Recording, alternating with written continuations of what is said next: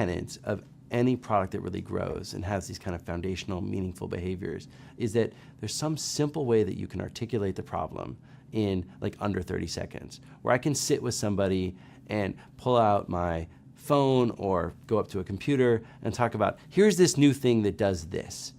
You can describe Facebook as you get all your friends there and then you can just communicate and share whatever you want with them. Or Nextdoor, you get all your neighbors on there and you can share and transfer information. Or Airbnb, it's people put up their homes as just available for rent for a day or a night or a few nights, and you can just rent wherever you want, and it's better than staying in a hotel. Those are these really simple articulations of the problem or the reason that you might want to use something. If you can get there, then you have a chance for people to be able to spread your message, talk about it, and then just conceptualize in their own heads why it's useful or meaningful for them. Once you've got this little simple thing that you can articulate as your problem statement or the focus of your product, how do you get it into other people's heads that they want it to? And I call that the act of inception. So whenever you tell somebody about something, you're incepting them that, oh my gosh, I'll use Airbnb as an example. Oh my gosh, I didn't even ever think of staying in somebody else's house. But man, going to New York, it's such a pain to go one of these expensive hotels in Midtown. If I could just get an apartment in Greenwich, that'd be so much better. Maybe I'll go see if I can find something available on Airbnb. So you get this incepted idea of this simple little thing that you can go do this thing for somebody else and you'll do it. And you want to really use, like every time you're spreading virally, whether your product is doing it or your users are doing it, or you're just doing it through PR, you want to keep incepting in people's heads the exact reason why they should care about your product and get their framework right. So when they come to sign up, they're already tuned to use it in the way that it can really be used most powerfully. So once somebody is incepted with the idea of your product, you have this incredible moment in time to help them adopt it.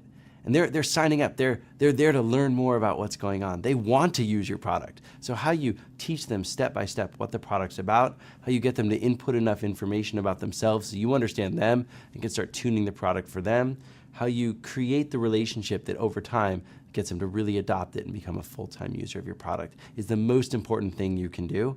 Now, hopefully they're incepted right, so they're willing to put in some time and work to actually sign up, but giving them the training, what this product's about. We talked about the learn flow and how you can really engage with the product so that they actually have a sense of what they're going to get. Then they get into the product and start using it. And over time, over the first couple weeks of them using it, you need to be able to market to them, you need to be able to reach out to them, help them really understand how it can still be meaningful and institutionalized and installed in their lives, and get them to this point where they're really adopting it and using it almost every day. And so habits are the holy grail of this whole thing. Like, once you've gotten them incepted, they come and sign up. Once you've helped them through the sign up process and this early couple weeks of really trying to use the product, hopefully you have them where that's now a habit, where you're now top of mind. And it can be something you use every day, like a Twitter or a Facebook, or it can be something you use every week. Like, I want to know what movies are coming out this week, so I go to my favorite movies app to find that out. And it's now a habit that every week I just go to the movies app. Or it's even just top of mind, like, I'm hungry for a certain kind of food. My favorite Mexican restaurant is this one, so I'll go there. So you don't necessarily need it to be a daily habit as much as really getting to the place where if someone's adopted your product and your experience at such a level that you're top of mind whenever they have that need or that urge. So as I've talked about, understanding your data is a foundational thing you need to go make all the creative decisions around growing your product in the future. And user accounting is one of the most important foundational concepts in really understanding how many users you have and how you're going to track growth. The idea is we track our revenue and our costs and our money in our company all really, really carefully. We know how many dollars in, how many dollars out. So user accounting is a process that says we should track how many users are using our products just as carefully as we're trying to track our dollars. Instead of metrics like I have 30 million registered users, I have 11 million active users who've used the product in the past 30 days. And actually, of those 11 million, maybe 500,000 signed up yesterday. So they're brand new. Maybe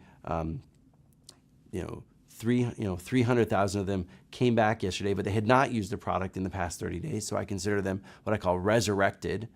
And then the other 10 million or so of those had been using the product also in the past 30 days. Now, of that group, maybe 1/3 of them was using it every day, so I consider them really active, and the other 2/3 were more sporadic, so I don't know if they're retained or not.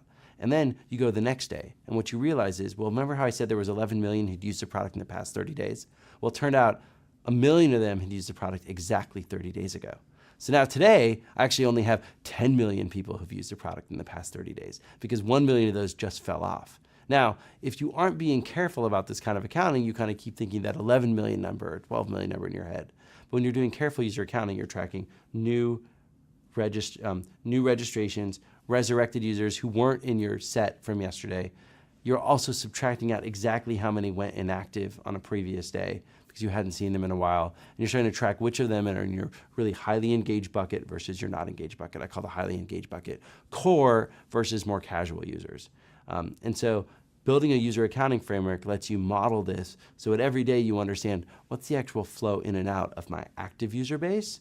And over time, you obviously want to see your active user base accreting more and more people who use it more and more addictively in that highly engaged core group.